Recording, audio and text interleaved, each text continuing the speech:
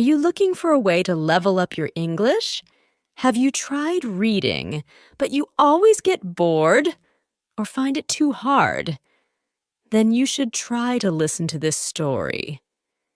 It was 6 o'clock in the morning in his little house in a little village in Mexico. David was asleep. He was still asleep at 7, at 8, at 9, and at 10 o'clock. Most days, David woke up at about 11. Then his wife usually went to the shop to buy tortillas and coffee for his breakfast. David was a lucky man because Pedro, the shopkeeper, was a good friend and never asked him to pay for his food. But one morning, Pedro woke up feeling angry. "I get up at 5 every morning to work," he said to himself. "But David lies in bed all morning doing nothing. He doesn't work, and I give him free food. That's enough. If he wants any more free food, he'll have to do some work for me." Later that morning, David's wife walked into the shop at the usual time. "Tell your husband that I can't give him any more free food," Pedro said. "I'm making an extra room on the side of my house. If he helps me carry some large rocks from the quarry, then you can have more food." "Oh, no," said David when he heard Pedro's words. "Those rocks are too heavy for me to move. How many times must I say, if God wants to give, he'll give, and when he gives, he'll push it in through the window. Please, no more talk of work. What about a nice cup of fresh coffee?" After that, he put on his clothes and left the house. Later that morning, David was walking up the hill, happily watching the clouds in the sky. Suddenly, he heard shouts behind him. "Woo! Woo!" Turning round, he saw that a horse was galloping nearer and nearer. A man was riding the horse and shouting, but the horse didn't stop. "Woo!" the rider shouted again, but the horse didn't go any slower. Now the horse was right in front of David. He jumped at it, took the horse's reins in his hands, and made it stop. The rider was an old man with long white hair. He got down. "You don't run around all day like other people," he said to David, "but you're there when someone needs you." "You're very kind," replied David, "but to be like this is not hard. I try to sleep well, eat well, and not worry about things."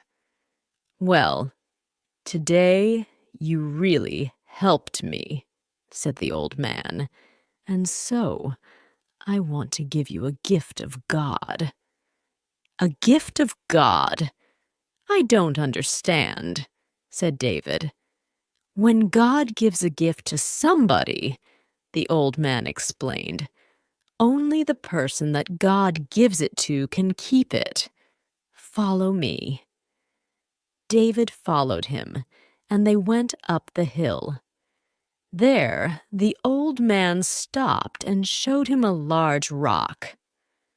"Under that rock," he said, "are some leaves. Under the leaves are some chests. In the chests, you'll find the gift of God waiting for you." David went over to the rock, knelt by it, and took it in his hands. He moved it easily. Then he moved the leaves and saw 6 chests made of wood. Slowly, he opened one of the chests. Inside it, there were hundreds of silver coins. He opened a second chest and a third. All 6 chests were full of silver coins. David turned to thank the old man, but strangely, he wasn't there anymore. David picked up some of the coins and put them in his pocket. Then he closed all 6 chests, put leaves over them again, and put back the rock. Now, after all this work, he felt tired. He sat down under a tree and went to sleep. When David woke up, he was hungry. He remembered something about a horse, an old man, and some silver. Did it really happen, or was it just a dream? He said to himself. But then he remembered something much more important: lunch. He started walking quickly down the hill to his house. Suddenly he heard a clinking noise. He put his hand in his pocket and found 6 silver coins there. That evening, David's wife went back to the shop. She put the coins in Pedro's hand. "My husband sends you these. We need rice, a chicken, tortillas, tomatoes, and coffee." Pedro's mouth fell open when he saw the silver coins in his hand. "How did David get so much money?" he asked. "Come to our house tomorrow morning after 11, the wife said, "and he'll tell you." The next morning, Pedro heard the story. He wasn't really sure if it was true, but "David," he cried, "why didn't you bring all those chests home with you?" "They were too heavy," David explained. "I needed horses to carry them, and I have no horses." "And my friend, how many times have I told you, if God wants to give, he'll give, and when he gives, he'll push it in through the window." "I know," Pedro said. "I have some horses. I'll come to your house tonight, and we'll go to this place together. My horses will carry all 6 chests. You'll keep 3 of them and give the other 3 to me. We'll become rich together. Do you agree?" "All right," said David. He was happy because his wife was cooking a delicious chicken for dinner. Pedro went back to his shop, but he began to think, "Why must I share the silver with David? The horses belong to me. Without them, David can do nothing, and he won't know what to do with the money. He'll just eat and sleep as usual. But I always know what to do with money. I'll build a larger house." That night at 11 o'clock, David was asleep. "Husband," said his wife, "wake up. It's already 11 o'clock and your friend hasn't come." "He's just late," said David, and he went back to sleep. An hour later, the wife woke her husband again. "Husband, it's midnight, and I'm afraid that Pedro has decided to keep all the silver for himself." "Midnight? It's too late to go anywhere now. Wife, go to sleep." After that, David and his wife slept all through the night without waking up again. While David was sleeping, Pedro went up the hill with his horses and his men. He told the men to move the rock and look under the leaves. They found the 6 chests. "Open them," Pedro said. But when they opened them, they saw no silver coins inside, only lots of dirt and stones. "My friend David is laughing at me. He thinks that this is funny," Pedro shouted. "Well, I know how to be funny too."